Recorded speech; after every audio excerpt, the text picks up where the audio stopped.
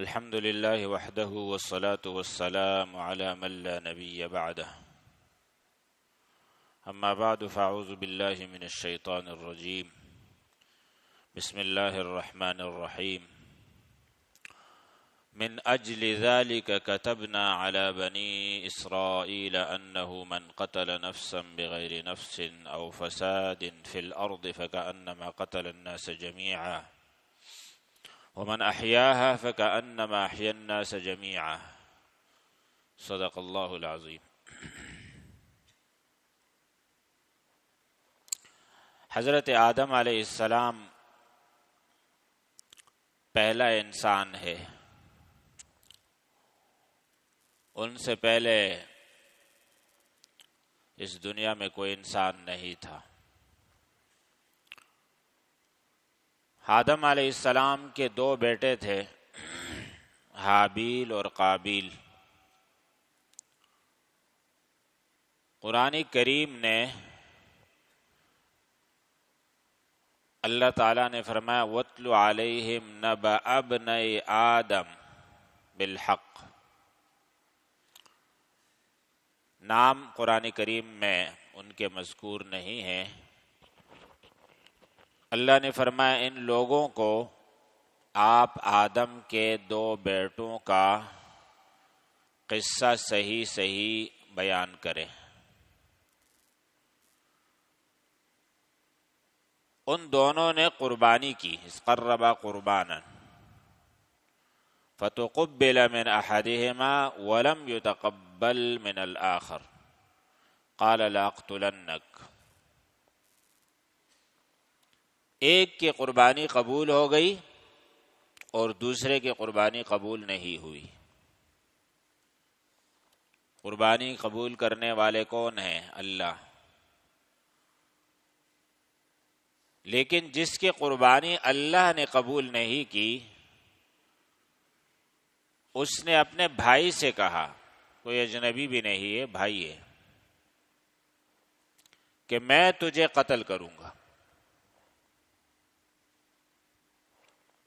لاقتلنک، چھوڑوں گا نہیں، ہرگز نہیں چھوڑوں گا، ضرور قتل کروں گا۔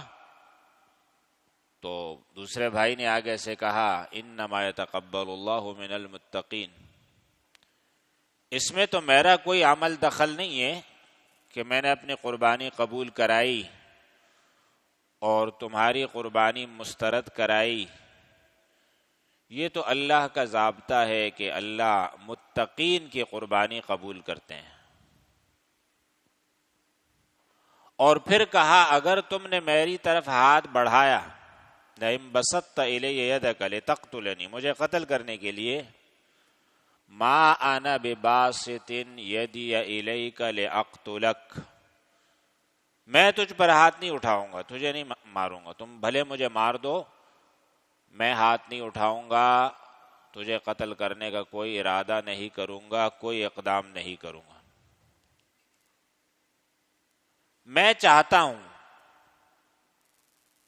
کہ میں نہیں چاہتا کہ تمہارے گناہ اپنے سر لے لوں، بلکہ میں یہ چاہتا ہوں کہ اگر میری طرف سے کوئی گناہ ہوتا ہے تو وہ بھی میں نہ کروں، تم ہی کر لو، دونوں گناہ تم پر آ جائے۔ اس نے قتل کر دیا، قابیل نے حابیل کو قتل کر دیا۔ فطوعت له نفسه قتل اخیہ، قرآن نے کیا کہا ہے کہ اس کے دل نے اور اس کے نفس نے اس کو اپنے بھائی کا قتل مزین کر دیا، اس کی نظروں میں، اس کے دل میں وہ اچھا لگا اسے، اس نے کہا کہ میں اس کو قتل کروں گا تو میں کامیاب ہو جاؤں گا۔ یہ بات اس کے دل میں آئی، اس کے نفس کی خواہش تھی، اور یہ خواہش اس نے پوری کر دی، اپنے بھائی کو قتل کر دیا۔ یہ دونوں بھائی، ان میں سے ایک پہلا قاتل انسان ہے اور دوسرا پہلا مقتول انسان ہے۔ ان سے پہلے نہ کسی نے قتل کیا، نہ کوئی قتل ہوا۔ اور جیسے ہی اس آدمی نے اپنے بھائی کو قتل کر دیا تو اب اسے سمجھ میں نہیں آ رہا تھا کہ اس کے ساتھ کیا کرے، اس کی لاش کے ساتھ، وہ تو مرا پڑا ہے اس کے سامنے۔ تو پھر اللہ تعالیٰ نے اس کا بھی انتظام کیا کہ 2 کوے آئے اور ایک نے دوسرے کو مارا، بظاہر وہ مر گیا، اس نے اس کو اٹھا کے گڑھا کھودا اور اس میں اس کو دفن کر دیا، اس کے اوپر مٹی ڈال دی۔ یہ اس کا لاش اٹھائے پھر رہا تھا، جب اس نے 2 کووں کا یہ منظر دیکھا تو اس نے بھی جا کے گڑھا کھودا اور اپنے بھائی کو گڑھے میں ڈال دیا۔ اللہ تعالیٰ فرماتے ہیں اس بنا پر، یہ جب قتل ہوا، اس بنا پر ہم نے، اس وجہ سے ہم نے بنی اسرائیل پر یہ لکھ دیا اور یہ فرض کر دیا اور یہ قانون بنا دیا کہ من قتل نفسا بغیر نفس، جس نے کسی انسان کو قتل کیا، مسلمان کو نہیں، مومن کو نہیں، کسی بھی انسان کو قتل کر دیا۔ قتل نفسا، نفس کہتے ہیں سانس لینے والے انسان کو، بلکہ یہاں تک علماء فرماتے ہیں کہ مسلمان کو قتل کیا یا کافر کو، کسی اور کو قتل کیا یا اپنے آپ کو قتل کیا، فَكَأَنَّمَا قَتَلَ النَّاسَ جَمِيعًا، یہ ایسے ہوگا جیسے وہ سارے انسانوں کو قتل کر دے، سارے انسانوں کو۔ یعنی ایک آدمی کا قاتل گویا کہ ساری انسانیت کا قاتل ہے۔ ایک انسان ایک کائنات ہے، ایک مستقل انسان ہے، آپ نے اس کو ختم کر دیا تو ساری انسانیت بھی اسے ایک انسان کی طرح ہے۔ ہاں، اگر اس نے کسی کو قتل کیا ہے اور آپ قصاصاً اور سزا کے طور پر اس کو قتل کر رہے ہیں اور وہ اس سزا کا مستحق ہے، اور وہ بھی ریاست اس کو قتل کرتی ہے، عدالت اس کو قتل کرتی ہے، ناحق نہیں برحق، تو اس کی اجازت ہے، اس لیے کہ اس نے خود وہی جرم کیا اور اپنے جرم کی پاداش میں اب اس کے ساتھ وہی ہو رہا ہے جو اس نے کیا ہے۔ اس نے جیسے ہی کسی انسان کو ناحق قتل کر دیا، اب اس کا خون محفوظ نہیں رہا، اس کا خون اب محفوظ نہیں رہا، اس کا خون بھی بہایا جا سکتا ہے، بلکہ بہایا جائے گا اور اسی سے انصاف قائم ہوگا۔ یا وہ فسادی ہے، اور فساد بھی اسی نوعیت کا ہے کہ لوگوں کے خلاف لوگوں کو اکسا رہا ہے، قتل و غارت گری اور خون ریزی کا بازار گرم کر رہا ہے، ڈکیتی کا سرغنہ ہے، یہ فساد ہے، لوگوں کے اموال کو نقصان پہنچانا، گھروں کو، بچوں کو، اہل و عیال کو، اس طرح کا کوئی فسادی ہے اور وہ باز نہیں آ رہے تو اس کو بھی قتل کیا جا سکتا ہے۔ ان 2 وجوہات کے علاوہ کسی انسان کو قتل نہیں کیا جا سکتا، یہ قرآن نے کہا ہے۔ اور جس نے کسی انسان کو زندہ کر دیا، ومن احیاہا، یہ دوسرا پہلو ہے، قتل کرنا، مارنا، موت کے گھاٹ اتارنا، اور انسان کو زندہ کرنا۔ اب انسان کو کون زندہ کر سکتا ہے؟ مرے ہوئے انسان کو۔ تو اس کا مطلب یہ ہے کہ انسان کو موت سے بچایا۔ کوئی انسان مر رہا ہے اور اس نے مارنے والے کو، قاتل کا ہاتھ پکڑا، اس کو روکا، اس انسان کی زندگی بظاہر اس نے بچائی۔ وہ تو اللہ نے لکھا ہے، تقدیر میں ہے، لیکن اس کا ظاہری سبب یہ بنا کہ اس نے اس قاتل کو روکا، اور وہ پوری تیاری کر چکا تھا، پورا عزم کر چکا تھا کہ اس کو قتل کر دے، اور اگر یہ نہ آتا بچانے والا تو وہ قتل ہو جاتا۔ تو گویا کہ اس نے مردے کو زندہ کر دیا۔ تو جس نے ایک انسان کو بچایا، قاتل کو روکا، منع کیا، سمجھایا، زبردستی روکا، اس کے ساتھ مقابلہ کیا، لیکن اس کی وجہ سے ایک انسان کی جان بچ گئی، تو اس نے ایک انسان کو نہیں بچایا، اس نے ساری انسانیت کو موت سے بچایا۔ اتنا بڑا اجر۔ یہ اللہ تعالیٰ نے بنی اسرائیل کے لیے قانون لکھ دیا تھا، اور ان کے لیے قانون تھا، تورات والوں کے لیے، اہل کتاب کے لیے، اور یہی قانون ہمارے لیے بھی ہے۔ اس لیے کہ یہ قرآن میں ہے۔ قرآن میں اللہ تعالیٰ بنی اسرائیل کے متعلق یہ کیوں بتا رہے؟ تاکہ اس وقت جو یہودی اور عیسائی اور اہل کتاب ہیں وہ اس پہ آ جائیں، اور مسلمانوں کے کلام میں ہے، ان کی کتاب میں ہے، قرآن کریم میں ہے، تو ان کا بھی یہی قانون ہے۔ تو انسانی جان لینا اور انسان کو قتل کرنا، انسان کا خون بہانا، یہ کوئی آج سے نہیں ہے بلکہ یہ ہمیشہ سے ہے، حضرت آدم علیہ السلام کے زمانے سے ہے، ہزاروں سال گزر گئے۔ پہلے انسان کے 2 بیٹے تھے اور ان میں سے ایک نے دوسرے کو قتل کر دیا اور بھائی کو قتل کر دیا۔ ابھی تو ہم زیادہ سے زیادہ یہ کہہ دیں گے کہ دینی بھائی ہے، مسلمان بھائی ہے، دونوں مسلمان ہے، مومن کا بھائی ہے، لیکن وہ تو حقیقی اور سگے بھائی تھے۔ یہ جو واقعہ ہوا اور اللہ نے اس کو ذکر کر دیا تو گویا کہ اللہ نے یہ بتا دیا کہ انسان کچھ بھی کر سکتا ہے، اپنے سگے بھائی کو بھی قتل کر سکتا ہے، نبی کا بیٹا ہوتے ہوئے بھی اپنے بھائی کو قتل کر سکتا ہے۔ لہذا کبھی کوئی یہ نہ سمجھے کہ فلاں آدمی بڑا بدبخت ہے، بڑا شریر ہے اور اس نے ایسا کر دیا، اس لیے کہ اس میں اپنے نفس کا تزکیہ ہے کہ نہیں میں بڑا اچھا آدمی ہوں۔ آپ کوئی اچھے نہیں ہیں، کوئی بھی انسان اس جرم میں اور گناہ میں مبتلا ہو سکتا ہے، کسی کا بھی دماغ خراب ہو سکتا ہے، کسی کی بھی غلط سوچ ہو سکتی ہے اور اتنا بڑا اقدام کر سکتا ہے۔ لیکن اللہ تعالی نے انسانوں کی ہدایت کے لیے کتابیں نازل فرمائی، انبیاء کو بھیجا، اور وہ قیامت تک یہ باتیں بتاتے رہیں گے کہ آپ کی خیر اس میں ہے اور شر اس میں ہے۔ جو جس کے لیے مقدر ہوگا وہ تو وہ کرے گا، لیکن اللہ والے اللہ کے دین کو بھی ہمیشہ بیان کرتے رہیں گے۔ نبی کریم صلی اللہ علیہ وسلم کا آخری حج تھا، حجۃ الوداع، اور حج ذوالحجہ کے مہینے میں ہوتا ہے، 10 تاریخ کو 9 تاریخ کو خطبہ ارشاد فرماتے ہیں۔ آپ علیہ السلام نے خطبہ حجۃ الوداع ارشاد فرمایا، جس کے بارے میں کہا جاتا ہے کہ وہ انسانی حقوق کا ایک مکمل ضابطہ ہے، سارے انسانی حقوق اس میں آ گئے۔ تو اس میں آپ صلی اللہ علیہ وسلم نے صحابہ کو مخاطب فرمایا لوگو آج کے دن کو تم جانتے ہو؟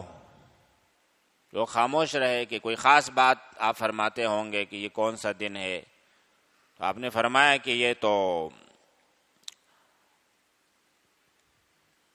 حرمت والا دن نہیں ہے، حرمت والے مہینے کا۔ انہوں نے کہا ہے، مہینے کو بھی جانتے ہو، یہ بھی حرمت والا ہے، دن بھی حرمت والا ہے، احترام والا ہے، عظمت والا ہے۔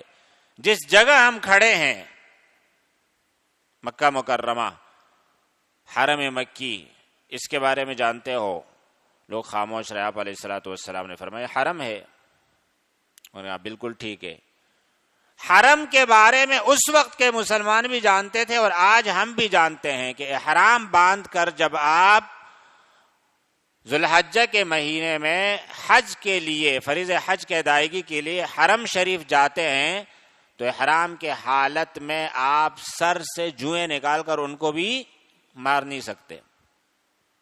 احرام کی وجہ سے حرام ہے، اس دن کی وجہ سے حرام ہے، اس مہینے کی وجہ سے حرام ہے، اور حرم کی وجہ سے حرام ہے۔ وہ جگہ ایسی ہے، حرم کے حدود ہے، حرم کے اندر کوئی نہیں کر سکتا، احرام کی حالت میں کوئی نہیں کر سکتا، ان دنوں میں کوئی نہیں کر سکتا، قطعی طور پر حرام ہے، سب جانتے تھے۔ آپ علیہ الصلوۃ والسلام لوگوں کے ذہنوں میں ایک بڑی اہم بات بٹھانا چاہ رہے تھے، اس کے لیے تمہید باندھی، تم ذہن بناؤ اور اس چیز کو ذہن میں حاضر کر دو کہ یہ ساری چیزیں حرمت والی ہیں۔ تو پھر آپ صلی اللہ علیہ وسلم نے ایک جملہ ارشاد فرمایا، فَإِنَّ دِمَاءَكُمْ وَأَعْرَاضَكُمْ وَأَمْوَالَكُمْ وَأَعْرَاضَكُمْ وَأَبْشَارَكُمْ عَلَيْكُمْ حرام۔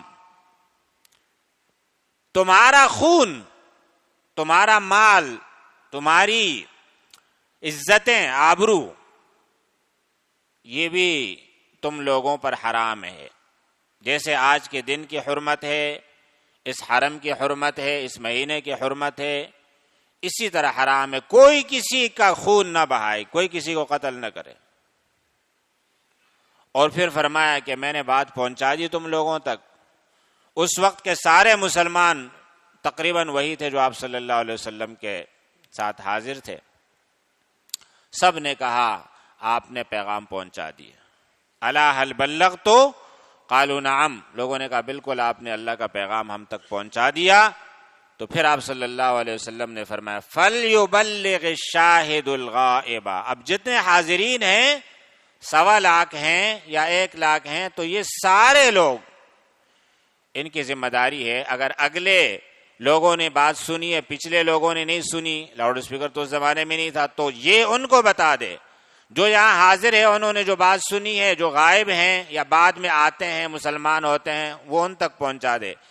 لیکن یہ پیغام آگے سب مسلمانوں کو جانا چاہیے کہ ایک مسلمان کا خون دوسرے مسلمان کے لیے حرام ہے. مسلمان کی بات یہاں آ گئی، ان دماءکم، تم لوگوں کا خون یعنی مسلمانوں کا خون. اور دوسری جگہ آپ صلی اللہ علیہ وسلم نے فرمایا کہ جو کافر مسلمانوں کے ملک میں رہ رہا ہے ایک معاہدے کے تحت، تو اس انسان کا خون چاہے وہ کسی بھی مذہب سے تعلق رکھتا ہے، مشرک ہے، یہودی ہے، عیسائی ہے، ہندو ہے، سکھ ہے، دہری ہے، ملحد ہے، لیکن اس نے اس ملک کے قانون کو، مسلمانوں کے قانون کو تسلیم کیا ہے، دین کو نہیں قبول کیا ہے، ان کے قانون کے تحت زندگی گزارنا چاہتے ہیں. انسانی قانون ہے، عام ملکی قانون ہے، یعنی کسی سے لڑنا نہیں چاہ رہا، اپنے مذہب کی تبلیغ نہیں کرنا چاہ رہا، اپنے مذہب پہ اپنے عبادت خانے میں عمل کرنا چاہتا ہے، گھر میں عمل کرنا چاہتا ہے، اپنے بچوں کو سکھانا چاہتا ہے، اس کی کوئی ممانعت نہیں ہے. تو اس آدمی کا خون بھی مسلمان کے خون کی طرح مقدس ہے، اس کا مال بھی مسلمان کے مال کی طرح محترم ہے. یہ ریاست کی ذمہ داری ہے اور یہ عام انسانوں کی ذمہ داری ہے کہ خود بھی اس کا خون بہانے، اس کو تکلیف پہنچانے، اس کا مال ضائع کرنے، بلکہ اس کی معمولی بے عزتی سے اپنے آپ کو بچائیں اور دوسروں کو بھی بچائیں. جس طرح مسلمان کے خون، اس کے مال، اس کی عزت و آبرو کی حرمت ہے، اس طرح اس انسان کی حرمت ہے. دونوں ارشادات جب ملتے ہیں تو معنی یہ سمجھ میں آتا ہے، نتیجہ یہ نکلتا ہے کہ قتل انسانیت، قتل مسلم نہیں، قتل مومن نہیں، انسان کا قتل، بے گناہ انسان کا قتل، یہ قطعاً حرام ہے، دین میں اس کی کوئی گنجائش نہیں ہے. آپ بہتر جانتے ہیں کہ بہت سارے لوگ اٹھتے ہیں اور اس منبر تک آتے ہیں، محراب تک آتے ہیں، دینی تقریب میں، مجلس میں کھڑے ہوتے ہیں، قرآن کی آیتیں پڑھتے ہیں، بہت ساری باتیں کرتے ہیں اور دین کے خلاف باتیں کرتے ہیں. یہ سلسلہ بھی چلا آ رہا ہے. یعنی یہ دینی فتنہ ہے، ایک بے دینی کا فتنہ ہے. ایک آدمی نماز نہیں پڑھ رہا، اللہ اور رسول کی اطاعت نہیں کرتا، گستاخیاں کرتا ہے. اور ایک دینداری کا فتنہ ہے. دینداری کا فتنہ یہ ہے کہ ایک آدمی اتنی نمازیں پڑھتا ہے، اتنا قرآن پڑھتا ہے، اتنا دین میں مشغول ہے کہ اس مشغولیت کی وجہ سے اس کا زیادہ تر وقت اس میں گزر رہا ہے اور اس کی وجہ سے اس کو سارے لوگ غلط نظر آ رہے ہیں. یہ بھی ایک فتنہ ہے جو ہمیشہ سے ہے. یعنی نبی کریم صلی اللہ علیہ وسلم کے زمانے سے ایک آدمی نے آ کے نبی علیہ الصلوۃ والسلام غنیمت تقسیم کر رہے تھے تو اس نے کہا اعدل یا محمد، محمد عادل سے کام لو، آپ انصاف نہیں کر رہے ہو. اللہ کے رسول سے کہا کہ تو نبی کریم صلی اللہ علیہ وسلم تو سراپا رحمت تھے. آپ نے فرمایا کہ اس آدمی کی نسل سے ایک طبقہ پیدا ہوگا اور وہ لوگ اتنی نمازیں پڑھیں گے، اتنی خشوع خضوع سے نمازیں پڑھیں گے کہ تمہیں اپنی نماز ان کے سامنے ہیچ نظر آئے گی کہ میری کیا نماز ہے اس کے سامنے. تقویٰ ہے تو اس میں ہے، نماز ہے تو اس کی ہے، دیندار ہے تو یہ ہے، ہر لحاظ سے وہ بڑا دیندار نظر آئے گا.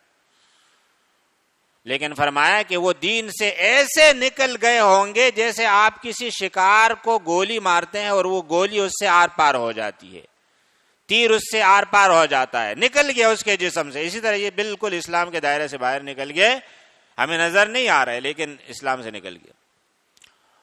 اور فرمایا کہ یہ لوگ قرآن پڑھیں گے بڑی خوش الحانی سے، لیکن قرآن ان کے گلے سے نیچے نہیں جائے گا، دل میں نہیں جا رہا ہے، صرف زبان سے قرآن پڑھتے ہیں، قرآن کی آیتیں پڑھتے ہیں. یہ خوارج کا فتنہ ہے. اور نبی علیہ الصلوۃ والسلام نے فرمایا یہ آج نہیں ہے کہ محمد صلی اللہ علیہ وسلم کے زمانے میں ایک آدمی نے اللہ کے رسول سے آ کے کہا کہ آپ انصاف نہیں کر رہے ہو، انصاف کرو. یعنی وہ قرآن اور حدیث کی آیتوں اور احادیث کو اس طرح پیش کرتا ہے کہ اللہ کے رسول کو بھی، صحابہ کو بھی، خلفاء کو بھی، سب کو کہہ رہے کہ بھائی اس پر عمل آپ نہیں کر رہے ہو، لہذا آپ واجب القتل ہو۔ فرمایا یہ لوگ آتے رہیں گے اور ان میں سے آخری آدمی وہ دجال کے ساتھ کھڑا ہوگا اور اس کے ساتھ جو ہے وہ تعاون کرے گا۔ ہمیشہ یہ مسلمانوں میں تخریب کاری پھیلائیں گے، فساد پھیلائیں گے، اور پھر یہ لوگ آتے رہے۔ چنانچہ حضرت عمر فاروق رضی اللہ عنہ کو شہید کیا گیا، اور حضرت عمر فاروق نے ایک مرتبہ حضرت حذیفہ رضی اللہ عنہ سے، جو اسرار اور رازوں کو جاننے والے صحابی تھے، نبی علیہ السلام نے ان کو سارے راز بتا دیے تھے اکثر و بیشتر، وہ آگے اللہ کے رسول کے بہت سارے راز نہیں بتاتے تھے۔ حضرت عمر رضی اللہ عنہ نے ان سے فرمایا کہ حذیفہ ابن یمان، آپ اللہ کے رسول کے وہ راز جو راز ہے وہ مجھے نہ بتائیں، میں آپ کو ان پر مجبور نہیں کر رہا، اگرچہ میری بڑی دلچسپی ہے، میں جاننا چاہتا ہوں کہ وہ راز کیا ہیں جو اللہ کے رسول نے آپ کو بتائے، لیکن آپ مجھے صرف فتنے کے متعلق بتائیں۔ حضرت حذیفہ نے فرمایا کہ ہم بہت سارے فتنوں میں مبتلا ہوتے ہیں، گھر میں بچوں کے ساتھ برا کرتے ہیں، گھر والوں کے ساتھ کرتے ہیں، کبھی گالی دی، کبھی تھپڑ مارا، کبھی زیادتی کی، کبھی کسی اور ناشکری کی، بہت ساری چیزیں ہوتی ہیں۔ فرمایا جب ہم نمازیں پڑھتے ہیں اور عبادت کرتے ہیں تو اللہ اس عبادت کی وجہ سے وہ ہمارے گناہ معاف فرما دیتا۔ حضرت عمر نے فرمایا میں اس فتنے کا نہیں پوچھ رہا ہوں، میں اس فتنے کا پوچھ رہا ہوں جو سمندر کی طرح ٹھاٹے مارتا ہوا فتنہ ہوگا، چاروں طرف لوگ اس کے لپیٹ میں آ رہے ہوں گے اور اس کے روک تھام کا کوئی بندوبست نہیں ہوگا۔ سمندر کو کون روک سکتا ہے؟ سمندر کے طوفان کو۔ فرمایا الفتنۃ التی تموج کموج البحر، جو موجوں کے طرح موجزن ہوگا اور سارے لوگوں کو اپنے لپیٹ ملے گا، میں اس فتنے کا پوچھ رہا ہوں۔ حضرت حذیفہ نے فرمایا اس کے بارے میں آپ کو پوچھنے کی ضرورت ہی نہیں ہے، اس لیے کہ آپ کے اور اس کے بیچ ایک دروازہ ہے، وہ دروازے کے اس طرف ہے اور آپ اس طرف ہے، لہذا آپ کو فکر کرنے کی ضرورت نہیں ہے۔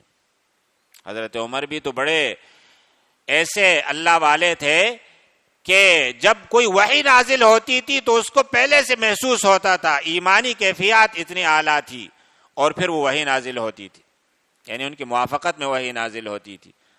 تو انہوں نے کہا آپ مجھے اب یہ بتائیے کہ وہ دروازہ کھولا جائے گا یا توڑا جائے گا؟ تو حضرت حذیفہ نے فرمایا جتنا سوال تھا اتنا جواب، کہ نہیں وہ توڑا جائے گا، کھولا نہیں جائے گا، جو فتنوں کا دروازہ ہے وہ توڑ دیا جائے گا۔ تو حضرت عمر نے ایک جملہ ارشاد فرمایا اذن لا یغلق، جب وہ توڑا جائے گا تو پھر وہ کبھی بند ہی نہیں ہوگا، اس لیے کہ کھولا جانے والا دروازہ تو بند ہو سکتا ہے لیکن توڑا جانے والا دروازہ پھر بند نہیں ہو سکتا۔ لوگوں نے پوچھا حضرت حذیفہ سے کہ آپ بتائیے، اب حضرت عمر نے تو یہ پوچھ لیا تھا آپ سے، وہ شہید ہو گئے، تو یہ دروازہ کیا ہے؟ فرمایا دروازہ عمر ہے نا، عمر کی ذات وہ دروازہ ہے جو فتنوں کے درمیان اور امت کے درمیان حائل ہے۔ تو لوگوں نے حضرت حذیفہ سے فرمایا، کہا کہ آپ یہ بتائیے کہ حضرت عمر جانتے تھے کہ ان کی ذات وہ دروازہ ہے؟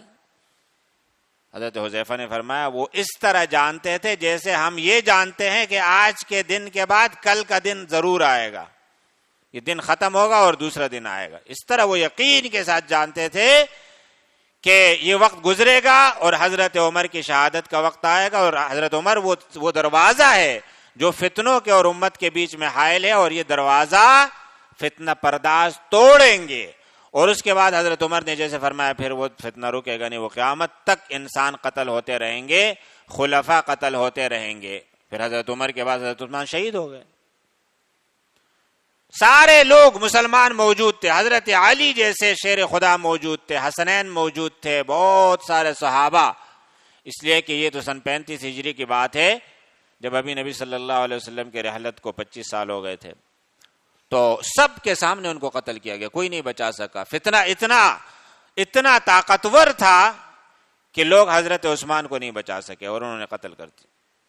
اور حضرت عثمان رضی اللہ عنہ پر آفرین ہو کہ حکمران ہوتے ہوئے طاقتور حکمران ہوتے ہوئے، خلیفۃ المسلمین ہوتے ہوئے اس نے کسی پر ہاتھ نہیں اٹھایا، نہ کسی کو یہ کہا کہ آپ میری حفاظت کرو. فرمایا ان کو کرنے دو جو کرتے ہیں، میری جان اللہ کے حوالے ہے. اور اس بے بسی کے عالم میں سارے لوگوں نے اس کے گھر میں دیواریں پلانگ کر جا کر اس کو جان سے مار دی. یہ وہی فتنہ تھا جو چل رہا تھا. ابھی حضرت علی رضی اللہ عنہ کو شہید کیا گیا، خوارج نے مارا، عبد الرحمن ابن ملجم نے. اور اس کے بعد بھی خلفاء قتل ہوتے رہے، صحابہ قتل ہوتے رہے، یہ سلسلہ چلتا رہا. حضرت عبداللہ ابن عمر رضی اللہ عنہ ایک بہت بڑے صحابی، حضرت عمر کے بیٹے ہیں. دو آدمیوں نے آ کر ان سے کہا کہ انت ابن عمر وصاحب رسول اللہ فما يمنعك ان تخرج. سارے لوگ جہاد کے لیے نکل رہے، جہاد ہو رہا ہے، اور آپ عمر کے بیٹے ہیں، خلیفہ راشد کے بیٹے ہیں، امیر المومنین کے بیٹے ہیں، اور رسول اللہ کے صحابی ہیں، آپ جہاد کے لیے کیوں نہیں نکل رہے ہیں؟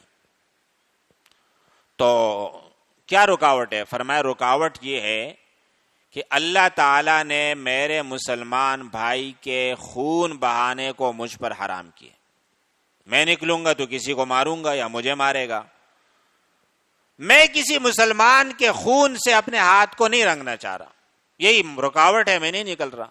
ایک اور روایت میں ہے کہ اس آدمی نے آ کے کہا کہ آپ 1 سال حج کرتے ہیں اور 1 سال عمرہ کرتے ہیں، بیت اللہ جاتے ہیں اور یہ عبادت اہتمام کے ساتھ کرتے ہیں، آپ جہاد کیوں نہیں کرتے ہیں؟ حضرت عبداللہ ابن عمر نے فرمایا کون سے جہاد؟ فرمایا جو جہاد ہو رہا ہے عبداللہ ابن زبیر کے خلاف یا بنو امیہ کے خلاف، کسی ایک دھڑے میں شامل ہو کے آپ جہاد کیوں نہیں کر رہے ہیں؟ فرمایا کہ میں مسلمان کا خون نہیں بہانا چاہ رہا ہوں. اس آدمی نے آگے سے قرآن کی آیت پڑھی. فرمایا اللہ نے نہیں فرمایا وقاتلوہم حتی لا تکون فتنہ، کہ آپ جہاد کرو یہاں تک کہ فتنہ ختم ہو جائے. دیکھیں یہ خوارج کا استدلال اس طرح قرآن سے ہوتا ہے، عام مسلمان ان کے سامنے لاجواب ہو جاتا ہے کہ قرآن پڑھ رہا ہے، میں کیا کہہ سکتا ہوں. کہ اللہ نے فرمایا قتال کرو، جہاد کرو یہاں تک کہ فتنہ ختم ہو جائے. سب دیکھ رہے کہ فتنہ ہے، حل ایک ہی ہے جہاد، لہذا سب لوگ جہاد کر رہے، آپ کیوں نہیں کر رہے؟ آپ بڑے آدمی ہیں، بزرگ ہیں، دینی پیشوا ہیں. تو حضرت ابن عمر رضی اللہ عنہما نے فرمایا کہ قاتلنا حتی لم تکن فتنہ وکان الدین للہ.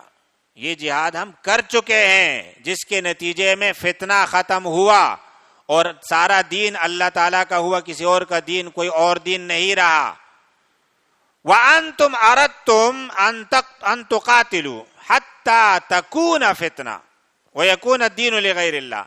اب تم لوگ آگے کھڑے ہو گئے ہو، صحابہ کا زمانہ ہے، اور تم جو قتال چاہتے ہو، جو جہاد کر رہے ہو، وہ فتنہ برپا کرنے کے لیے کر رہے ہو، ختم کرنے کے لیے نہیں کر رہے ہو.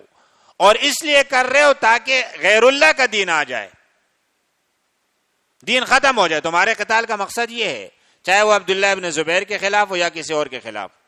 مسلمانوں کے آپس کے جنگ کا نتیجہ یہ ہوگا کہ فتنہ برپا ہوگا. یہ ایک بنیاد ہے. صحیح بخاری کی حدیث ہے، ساری کتب حدیث میں یہ حدیث ہے کہ یہ لوگ ہمیشہ قرآن کریم کی آیتیں پیش کریں گے اور لوگوں کو فتنے میں مبتلا کریں گے، اور اس فتنے میں مبتلا کرنے کا جو سلسلہ ہے اس کو ہم اپنی آنکھوں سے دیکھیں گے. ہمارے سامنے ہے کہ بلاد عربیہ میں، عراق میں، لیبیا میں اور شام میں اور کہاں کہاں انہی لوگوں نے مسلمانوں کو مسلمانوں کے حکمرانوں کے خلاف کھڑا کر دیا. اور اب وہاں کی حالت کیا ہے؟ انارکی ہے، انتشار ہے، ہر حوالے سے مسلمان پریشان ہے. اس لڑائی کے نتیجے میں کوئی امن نہیں آئے گا، کوئی اللہ کا دین نہیں ہے، اللہ کے لیے ہے ہی نہیں. تو میرے عزیز دوستو، یہ فتنہ ہے اور یہ فتنے رہیں گے. مسلمانوں کو مسلمانوں کے خلاف کھڑا کیا جائے گا. کبھی بین الاقوامی طاقتیں ہوں گی، کبھی کوئی اور شرپسند ہوگا، کہیں کوئی اور ملک کا بدخواہ ہوگا، مسلمانوں کا بدخواہ ہوگا. تو مسلمانوں کی جو سب سے بڑی ذمہ داری بنتی ہے وہ یہ ہے کہ اپنے آپ کو ان فتنوں سے الگ تھلگ رکھے، اور حتیٰ کہ اگر وہ خود ان فتنوں کے لپیٹ میں بھی آتے ہیں تو وہ اس کو بھی برداشت کرے، لیکن اس فتنے کا حصہ نہ بنے. نبی کریم صلی اللہ علیہ وسلم نے فرمایا ایک آدمی آئے گا اور اپنے قاتل کو گریبان سے پکڑے گا اور اس مقتول کے جو اس وقت زندہ کیا جائے گا اس کے زخموں سے خون بہتا ہوگا اور وہ اس کو گریبان سے پکڑ کے اللہ کے عرش کے قریب لے جائے گا، فرمائے اے میرے رب اس نے مجھے قتل کیا تھا۔ بتائیے پھر اس کے بچاؤ کا کوئی راستہ ہوگا؟ تو اپنے آپ کو اس طرح کے دینی فتنوں سے، جس کے پیچھے کئی دفعہ علماء کھڑے ہوں گے، کئی دفعہ اور لوگ کھڑے ہوں گے، اور بظاہر وہ بہت اچھے دیندار بھی لگیں گے، قرآن بھی پڑھتے ہوں گے، حدیث بھی پڑھتے ہوں گے، لیکن ان کا مقصد، ان کی نیت خراب ہوگی، تو کہیں بھی مسلمانوں کے معاشرے میں فتنہ فساد پیدا کرنے والے، بپا کرنے والے جو لوگ ہیں وہ اصل میں خارجی فتنے میں مبتلا ہیں، اور ان سے ہوشیار رہنے کی ضرورت ہے۔ اور سب سے بڑے بچاؤ کا ذریعہ یہ ہے کہ نبی کریم صلی اللہ علیہ وسلم نے جو دعائیں فرمائی، اللہم انی اعوذ بک من الفتن ما ظہر منہا وما بطن، اللہم انی اعوذ بک من فتنۃ المحیا والممات، اللہم انی اعوذ بک من فتنۃ المسیح الدجال۔ فتنوں سے جو نبی کریم صلی اللہ علیہ وسلم نے بچاؤ کی دعائیں فرمائی، ان کا ہم اہتمام کریں۔ حضرت طاؤس رحمہ اللہ فرماتے ہیں کہ فتنوں سے بچاؤ کی دعا نماز میں فرض ہے۔ جمہور علماء تو یہ نہیں فرماتے کوئی بھی دعا آپ درود شریف کے بعد اتحیات میں پڑھ لیں، لیکن وہ فرماتے ہیں یہ دعا فرض ہے۔ تو کم سے کم ہم نفل کے درجے میں اس دعا کا نماز میں بھی اہتمام کریں، نماز کے بعد بھی کریں، اور کہیں بھی اگر کوئی اس طرح کا سلسلہ ہے تو اس سے دور رہے اور اس کو، اس فتنے کو بجھانے میں اپنا کردار کرے۔ یہ انسانیت کی بقا ہے اس میں، اور یہ ایسا ہے جیسے انسانوں کو، ساری انسانیت کو زندہ کرنا ہے۔ ایک بات کر کے بات ختم کرتا ہوں۔ نبی کریم صلی اللہ علیہ وسلم سے ابن عباس اور ابن عمر رضی اللہ عنہما فرماتے، آپ علیہ الصلوۃ والسلام طواف فرما رہے تھے، کعبہ کو مخاطب کر کے فرمایا ما اطیبکی واطیب ریحکی، اے کعبۃ اللہ تم کتنی عظیم ہو، کتنی خوبصورت ہو، اور تمہاری مہک اور خوشبو کتنی اعلیٰ ہے، وما اعظمک واعظم حرمتک، اور تیری حرمت کتنی زیادہ ہے۔ سب جانتے ہیں کہ کعبۃ اللہ کی کتنی حرمت اور عظمت ہے۔ فرمایا والذی نفس محمد بیدہ لحرمت المؤمن اعظم منک حرمتا، ایک مسلمان کی حرمت اور احترام اور اس کی عظمت کعبۃ اللہ سے بھی زیادہ ہے۔ آج مسلمان کو کس بے دردی سے قتل کرے، چھوٹی چھوٹی باتوں پہ، معمولی تکرار پہ، اپنے رشتہ دار کو، اپنے پڑوسی کو، اپنے ساتھ کام کرنے والے کو، دوسرے فرقے کے آدمی کو، دوسرے قبیلے کے آدمی کو، ان ساری باتوں پہ لوگ قتل و قتال کر رہے ہیں۔ تو اللہ تعالیٰ سے دعا ہے کہ اللہ ہمیں ان تمام فتنوں سے بچائے اور ہمیں اپنے دین پہ عمل کی توفیق عطا فرمائے۔ وآخر دعوانا ان الحمد للہ رب العالمین۔